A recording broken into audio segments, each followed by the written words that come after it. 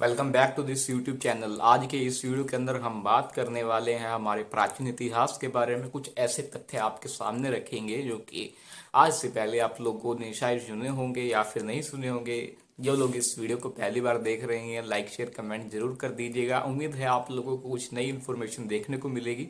पैलेयोलिथिक as यानी कि हमारे प्राचीन पाषाण काल में क्या कुछ घटित हो चुका है, उसके बारे में आज हम चर्चा करने वाले हैं। मनुष्य ने धरती पर रहकर अपने जीवन को किस तरीके से आगे बढ़ाया, उसको हम जानने वाले हैं। वैज्ञानिक तथ्य इसमें क्या कहते हैं, जो कुछ हमको मौजूदा सबूत के रूप में मिले हैं, आखिर वो तथ्य क्या कहते हैं। मानव का एवोल्यूशन किस तरीके से हुआ, मानव ने विकास करना किस तरीके से आरंभ किया, इस सभी चीजों को देखने वाले हैं। किससे? हमारी हिस्ट्री से। क्या है, वैज्ञानिकों ने माना है लगभग 5 लाख वर्ष पहले से, लगभग जब उन्होंने आँख खोदी होगी तो पहली बार उन्होंने देखा होगा कि मैं तो केवल यहाँ पर अपना जीवन पारण करने के लिए आया हूँ। इस तरीके से उसने अपने आवश्यकता के अनुसार शिकार करना शुरू कर दिया।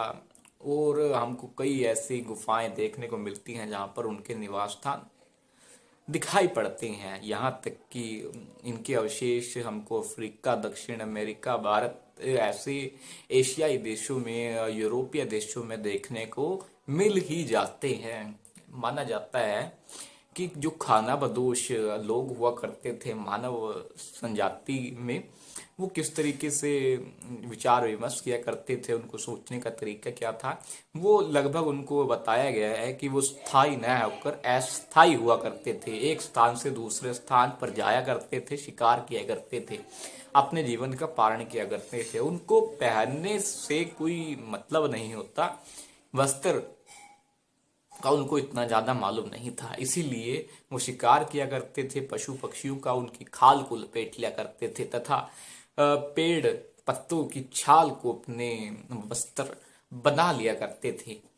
हमको देखने को मिलता है लगभग पैलियोलिथिक एज, जिसको हम एंसेंट हिस्ट्री के नाम से जानते हैं, वो इस तरीके की बताई गई है। अन्यथा कुछ और तथ्य भी हमको देखने को मिलते हैं। उनकी गुफाएं जो हैं वो हमको देखने को मिलती हैं भारत के राजस्थान जैसे कई ऐसे क्षेत्र हैं, वहां पर हमको स्पष्ट तौर पर देखने को मिलती है उनकी आकृतियां, और वो किस तरीके से अपना जीवन व्यतीत करते थे वो भी हमको यहाँ से जानने को मिलता है। बारी आती है औजारों की। औजारों को वो किस तरीके से इस्तेमाल में लिया करते थे। लगभग पत्थर को घिस कर वो अपने औजार को नुकीला किया करते थे, काटने के, शिकार करने के, तथा उनके जीवन शैली का वो एक हिस्सा बन गए थे। क्या है, उनकी रक्षा करने के लिए भी वो काफी इंपॉर्टेंट हुआ करते थे। औजारों के साथ साथ हमको ये भी जानना पड़ेगा कला संस्कृति। ज्यादातर देखने को मिलता है कि उनको क्या है, जानवरों का खतरा हमेशा बना रहता था, इसीलिए वो कई बार क्या करते थे, अपनी गुफाओं में उनके चित्र बनाया करते थे। इस तरीके से मानव इतना समझ गया था कि उसको ये दर्शाना है कला स्मृति, ताकि वो आने वाली जनरेशन को वो चीज दिखा सके। ऐसा मैं किस लिए कह रहा हूँ, क्या है, वो धार्मिक क्षेत्र से भी काफी ज्यादा, धार्मिक साहित्य से भी काफी ज्यादा प्रभावित थे। ऐसा इसलिए है कि जब उनकी मृत्यु हो जाती थी वो औजारों को उनके साथ दफना दिया करते थे, ताकि उनका एक विश्वास रहे जीवन पर भी और मृत्यु पर भी। वो पूर्वी पश्चिमी दिशा नक्षत्र के हिसाब से ही उसको दफनाया करते थे। धरती के अंदर उनके अवशेष कई हमको देखने को मिल जाते हैं। प्राचीन इतिहास इस प्रकार से कहता है। इसी के साथ साथ हमको काफी सारे ऐसे और चीजें हैं जो कि सामने आई हैं, जैसे कि सामाजिक जीवन।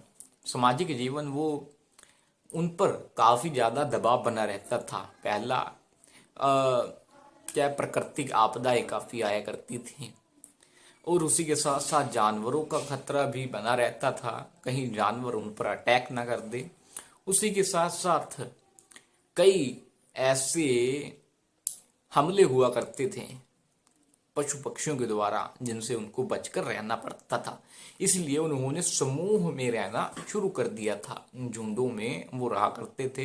इसलिए उन्होंने एक दूसरे से संवाद करना शुरू कर दिया, संकेत देने शुरू कर दिए। इस तरीके से जीवन का आरंभ हुआ। लेकिन समझने की बात यह है, तब तक भी मानव को इतना ज्यादा पता नहीं था। वैज्ञानिक मत के अनुसार, मेरा मत नहीं है, वैज्ञानिक मत है, वैज्ञानिक मत के अनुसार कहा जाता है कि उस समय मनुष्य सर्दी, गर्मी, शीत इस तरीके की ऋतुएं नहीं जानता था। वो अपने बचाव करने के लिए गुफाओं का निर्माण करता था, वहां पर वो रहा करते थे, अग्नि प्रज्वलित किया करते थे। अग्नि से पत्थर से अग्नि प्रज्वलित किया करते थे। इसी के साथ साथ धार्मिक विश्वास की उत्पत्ति हमको ज्यादा देखने को नहीं मिलती, और बस उनका एक विश्वास था, आस्था थी।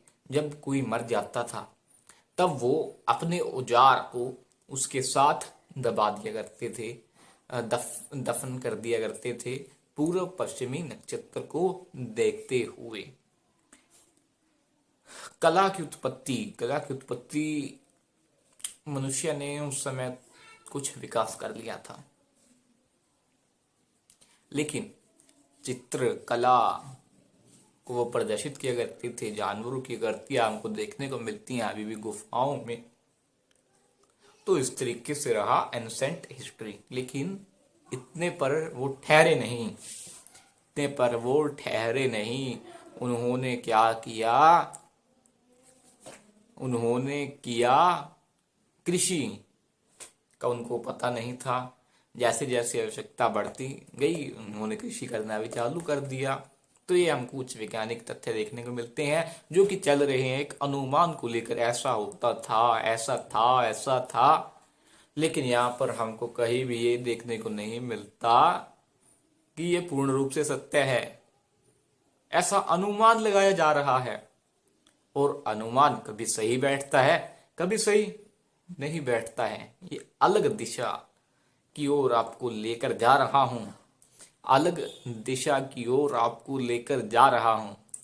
क्या है ये? तो हमने पढ़ लिया एंसेंट हिस्ट्री। तो अब मेरे सामने जो किताब थी मैंने उसको कर दिया है बंद। अब आपसे जानना चाहता हूं मैं, प्रमाण का क्या तरीका है वो हम जानेंगे अगली नहीं, इसी वीडियो में जान लेते हैं। प्रमाण के कुछ तरीके बताए गए हैं शास्त्रों में। 3 तरीके बताए गए हैं प्रमाण, जिससे प्रमाण का पता लगाया जा सके। लेकिन 4 इसमें तरीके हैं। पहला है इंद्रियों से। इंद्रिय जैसे कि हाथ, नाक, कान, मुंह, 5 प्रकार की इंद्रियां हैं। इनसे व्यक्ति जब कोई भी चीज को जांचता है, परखता है, तो इससे वो चीजें समझता है। लेकिन इसमें कमी है। क्या कमी है? कि हमारी इंद्रियां अपूर्ण हैं। अपूर्ण ये आप किस आधार पर कह रहे हैं? जी देखिए, बिना लाइट के आप देख नहीं सकते, बिना लाइट के देख नहीं सकते। इसके लिए आपको लाइट की आवश्यकता है। लाइट के साथ जब आपका आई कॉन्ट्रैक्शन होता है तब आपको चीजें अच्छे से दिखाई पड़ती है। हवा है, हवा को हम देख नहीं सकते लेकिन महसूस कर सकते हैं। लेकिन इसका अर्थ ये तो नहीं जो हमारी इंद्रियों से हमको दिखे वही सही होगा। उसी तरीके से कई ऐसे पार्टिकल होते हैं जो कि हम अपने मेटेरियलिस्टिक आई से नहीं देख सकते। इसका अर्थ ये तो नहीं कि वो एग्जिस्ट नहीं करता।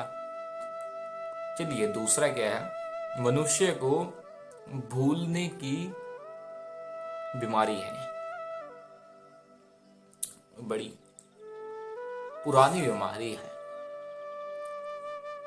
आज तक ऐसा मनुष्य नहीं है जो मुझे बता सके कि उसने गलती ना की हो।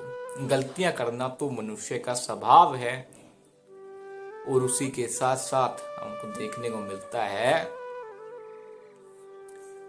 कि जो अनुमान लगाया जाता है, अनुमान कैसे लगाएगा? जब इंद्रियों से कुछ प्राप्त होगा तब वो अनुमान लगाएगा। इसका मतलब सब गड़बड़। अच्छा, तो दूसरा बताया गया है प्रत्यक्ष जो हमारे सामने है वो उसी को एक्यूरेट मान लीजिए, ऐसा भी नहीं है। तो एक दो और पथ बताए गए हैं, विद्या अमृत सत्य, अविद्या मृत सत्य। जो विद्या है वो अमृत के समान है और अविद्या मृत के समान है। जैसे एक पंथ है आरोहा पंथ और एक अवरोहा पंथ। कैसे? रोहा पंथ, मैं अवरोहा पंथ को पहले बताता हूं।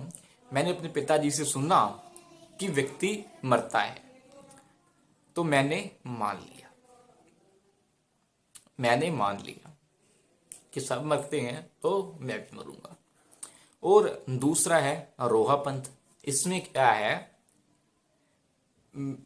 इसमें इस प्रकार से होता है कि पिताजी ने मेरे को बताया कि मृत्यु होती है सबकी, लेकिन मैंने कहा कि मैं तो सबको मरते हुए देखना चाहता हूं, मैं तो तभी मानूंगा। क्या ऐसा पॉसिबल है मैं सबको मरता हुआ देख लूं?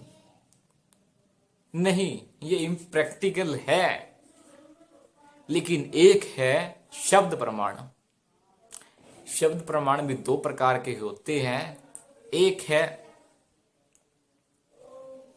जो कि मनुष्य के द्वारा आया हुआ है, इसमें त्रुटियां हो सकती हैं, मैंने आपको बता दिया है किस तरीके से इंद्रियां पूर्ण है। ऐसा कोई व्यक्ति नहीं है जिसने कभी गलती ना की हो। और भ्रमित किस प्रकार से है, आप एक स्टिक लीजिए, पेंसिल ले लीजिए, पेंसिल है मेरे पास, इसको पानी में डालिए, आपको क्या दिखेगा? पेंसिल आधी मुड़ी हुई है, आधी मुड़ी हुई नहीं है। इसका मतलब जो हम अनुमान भी लगाते हैं वो अपने लिमिटेशन के आधार पर लगाते हैं। तो दूसरा प्रमाण है शब्द प्रमाण। इसको सबसे एक्यूरेट बताया गया है, इसको सबसे परफेक्ट बताया गया है।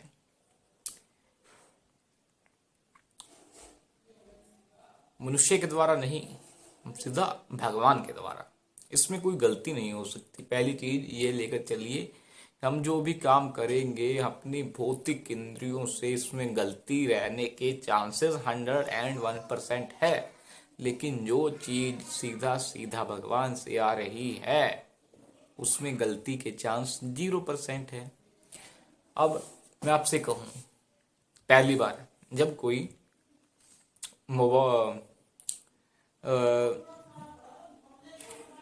गन बनी होगी तो आप सोच रहे होंगे क्या है ये, कैंडल है या फिर इसको तो खुट्टे पे लटका दिया आपने। ये आपको समझ नहीं आ रहा क्या है। ये आप उसी से जाकर पूछेंगे जिसने इसको बनाया है या कि नहीं, या फिर नहीं। पहली बार कैमरा बना होगा, आप सोच सकते हैं कि ये आखिर है क्या, इसको खाया जाता है या फिर लगाया जाता है। आपको बताने वाला कोई नहीं है, लेकिन जिसने इसको बनाया है वही आपको बता सकता है कि आखिर इसका उद्देश्य क्या है। पहली चीज, जिसने ये कैमरा बनाया होगा वो मूर्ख है या फिर बुद्धिमान है, आप खुद ही बताइए। दूसरा, जिसने ये कैमरा बनाया उसने बिना उद्देश्य के बना दिया, 2 हुई। तीसरा, इसको प्रोग्राम किया गया है किसी विशेष काम के लिए। वो अगर हम समझ लेते हैं तो हम उसका सही इस्तेमाल करेंगे, अगर वो हम नहीं समझते हैं तो हम उसका गलत इस्तेमाल करेंगे। बात सिंपल है।